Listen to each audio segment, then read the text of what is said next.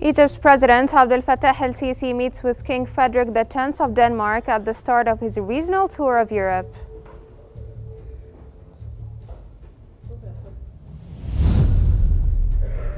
Prime Minister Mustafa Madbouli heads to Qatar to participate in the 22nd edition of the Doha 2024 conference.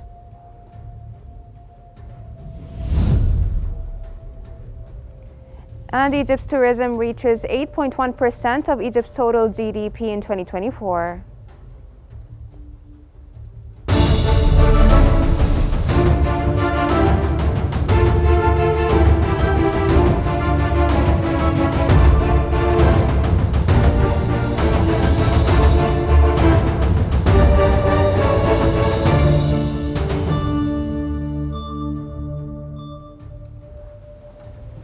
You're watching the latest updates from Egypt on Qnews. Let's move on to the latest developments.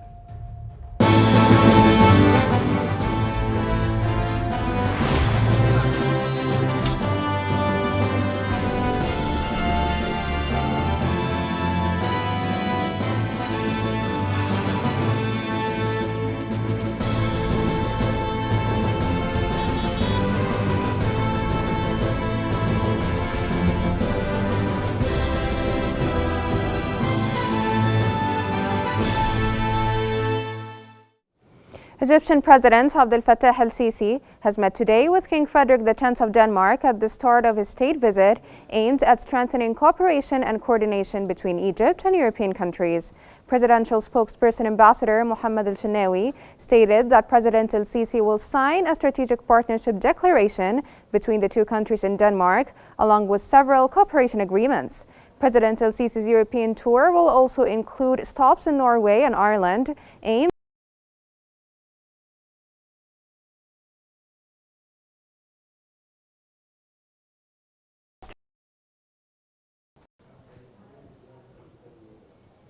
President Abdel Fattah El-Sisi emphasized that recent regional and international challenges have had significant repercussions on Egypt, as well as many other countries. In response, the Egyptian government has adopted a bold economic plan to create a favorable environment for attracting foreign investments and empowering the private sector.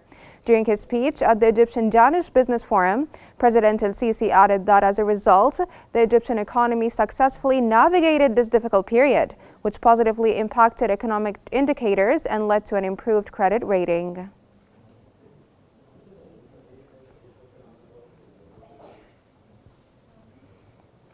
President Abdel Fattah El-Sisi has met with CEO of Copenhagen Infrastructure Partners, CIP, Philip Christiani, as part of his state visit to Denmark. The presidential spokesman added that President El-Sisi appreciated CIP's ambition to expand its investments in Egypt. He emphasized Egypt's commitment to increasing clean energy production and green hydrogen projects, including green ammonia, while actively seeking to attract more foreign direct investment, particularly in clean energy.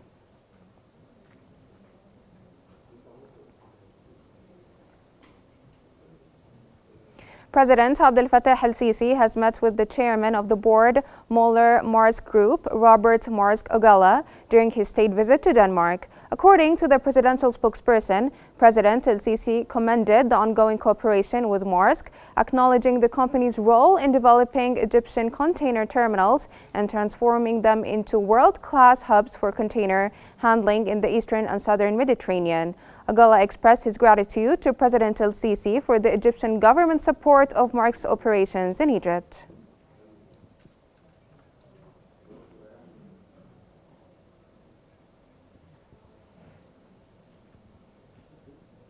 To comment on President El-Sisi's European tour, we're joined from Cairo by journalist Ihab Omar. Mr. Ihab, thank you so much for joining us on Qnews. First off, how do you view President El-Sisi's tour of several European countries, especially in light of the current situation in the region? El-Sisi, since he took office in 2014, has been very keen to communicate with the political circles that Egypt has not been much communicating with before, or even inventing new political circles. East Mediterranean has been invented from ground with Egypt, Greece, and Cyprus. Also, Central Europe and the Fitchgrad grouping, that was the first time that Egypt heads towards these groupings in the era of President Sisi. So now we see a merge between the two tracks by going to Scandinavia in the north of Europe. Now we speak about North Europe, the three countries, Denmark, Norway, and Ireland. President Sisi is the first Egyptian ruler, the first Egyptian president visiting the Kingdom of Denmark, and he will be the first Egyptian president visiting the Kingdom of Norway.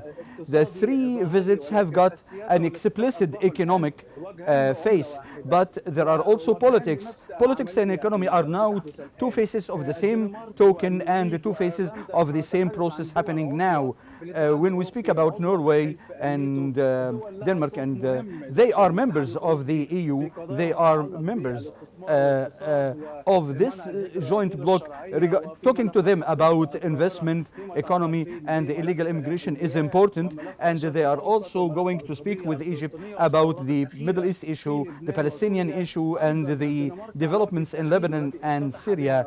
Denmark, which was the beginning of the tour, of the historic tour of President Sisi to visit Scandinavia, Denmark has got very important investments in Egypt since the 1980s in Egypt.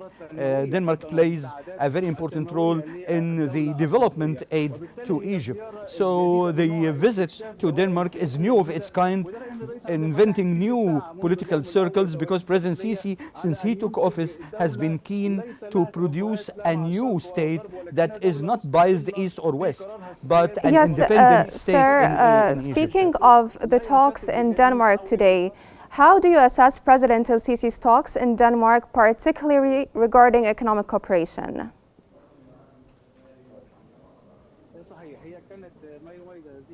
It's true that the visit has been very much highlighted to be on economy. There has been great welcome to President Sisi, and it has been an extraordinary visit to Denmark.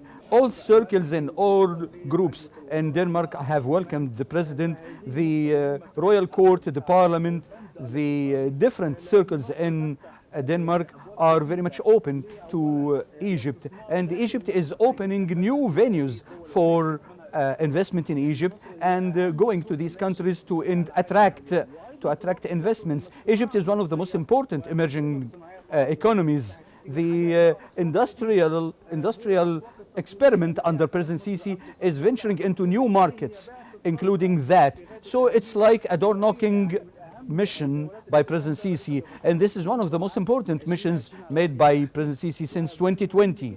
And we need to highlight this visit as one of the most important events of 2024 regarding the foreign tours of President Sisi.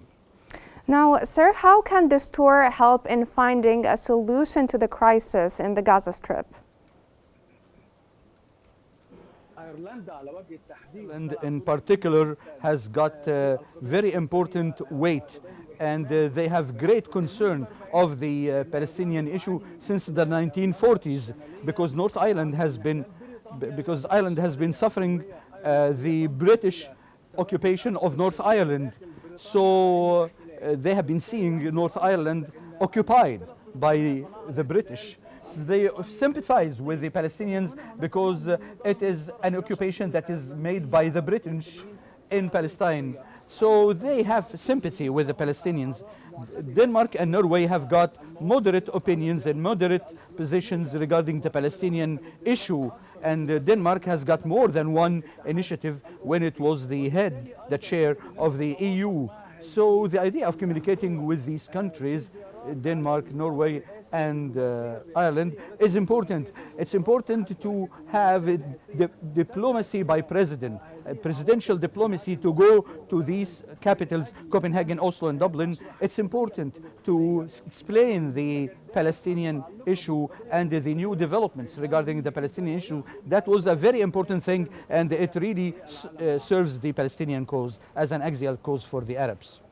Lastly, sir, what is your perspective on the efforts made by President El-Sisi to increase foreign investment into the country?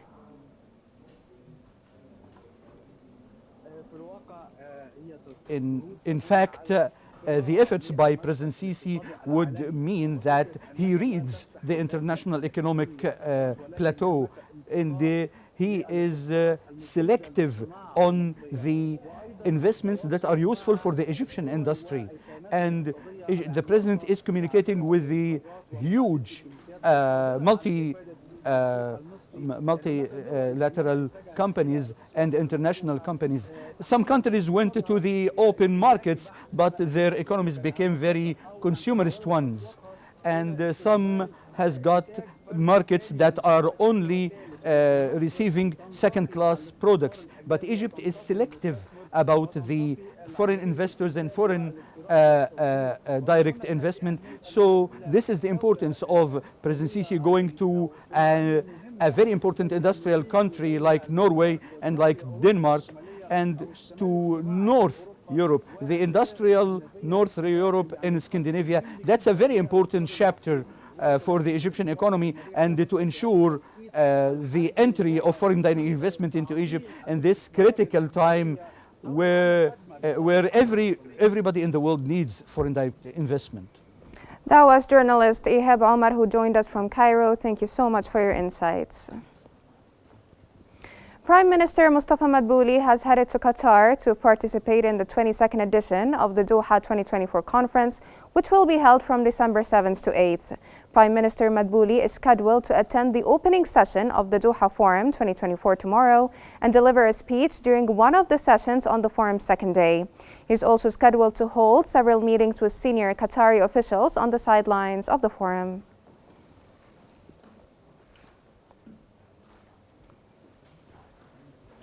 The Ministry of Foreign Affairs has confirmed that the Egyptian Consulate General in Jeddah successfully resolved the issue of 102 Egyptian citizens who were stranded in front of the Expatriates Department in the Medina region due to the expiration of their transit visas after performing the Umrah rituals. The ministry urged all Egyptian citizens planning to travel to the Kingdom of Saudi Arabia on a transit visa to ensure the validity of their visa, adhere to the allowed duration of stay, and carefully consider appointment times when booking travel tickets to and from the kingdom to avoid legal issues.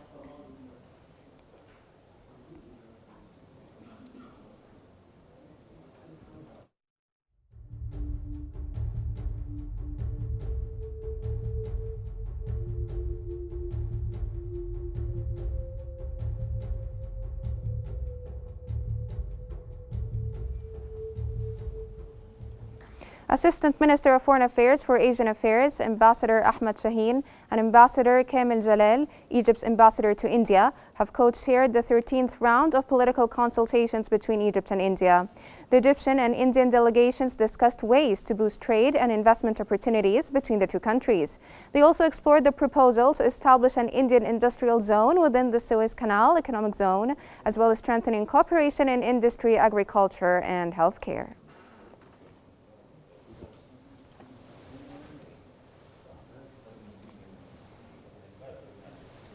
According to data from Tourism Economics, Egypt's tourism has increased slightly from 8% in 2023 to reach 8.1% of Egypt's total GDP in 2024.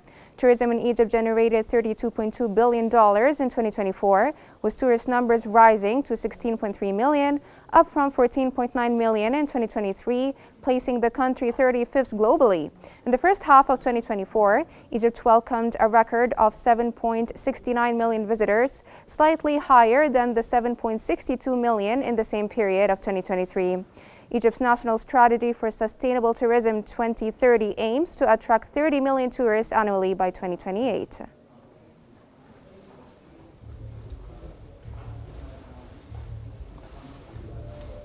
That brings us to the end of our news bulletin. Here's what we've been covering. Egypt's President Abdel Fattah El-Sisi meets with King Frederick X of Denmark at the start of his regional tour of Europe.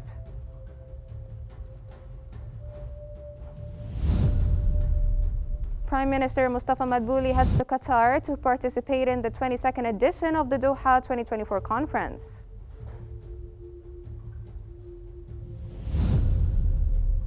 And Egypt's tourism reaches 8.1% of Egypt's total GDP in 2024.